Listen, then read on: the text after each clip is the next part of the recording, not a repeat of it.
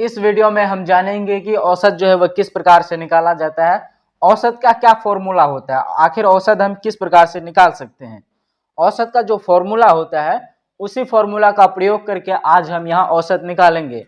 तो सबसे पहले हम जानते हैं कि औसत का फॉर्मूला क्या होता है। औसत का फॉर्मूला होता है, ये हम यहाँ लिख देते हैं औसत, ये हो गया औसत। औसत बराबर होता है संख्याओं का योग, संख्याओं का योग, इधर हो गया संख्याओं का योग, अब बटे में है संख्याओं की संख्या, यह हो गया संख्याओं का योग, उसके बाद संख्याओं की संख्या बटे संख्याओं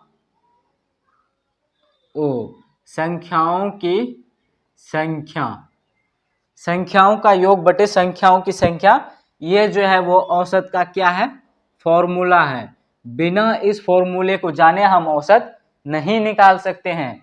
अगर हमें औसत निकालना है तो इस फॉर्मूले को हमें समझना पड़ेगा, याद रखना पड़ेगा।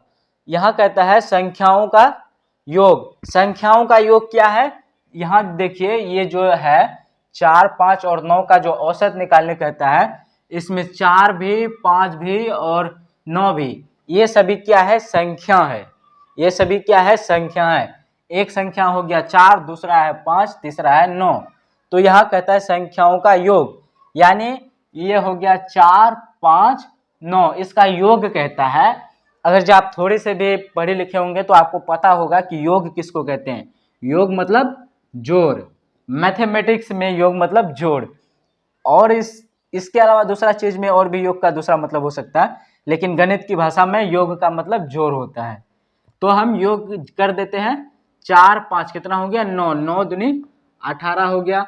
उसके बाद है संख्याओं की संख्या, यहाँ कितनी संख्या है, 4 एक संख्या, 5 दो संख्या, 9 तीन संख्या, संख्या बराबर कितना हो गया, 3। तो वही औसत निकालने के लिए हम क्या करते हैं, संख्याओं का योग बटे संख्याओं की संख्या।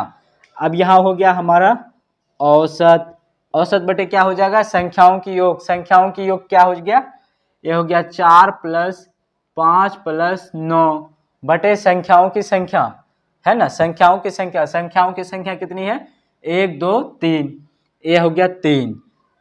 यहाँ कितना हो गया, औसत बराबर 5, ये हो गया 5, 4, 9 और 9, 18 बटे 3। इसको हम काट देंगे तो कितना निकलेगा, 6 या 18, ये हो गया हमारा औसत।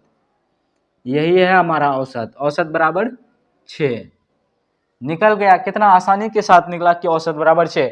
बस हमें औसत बराबर संख्याओं का योग बटे संख्याओं की संख्या, इस फॉर्मूले को याद रखना है। जब तक ये सूत्र हमें याद नहीं होगा तब तक हम औसत बराबर नहीं निकाल सकते हैं। फिर मिलते हैं हम आपसे एक नए वीडियो के साथ।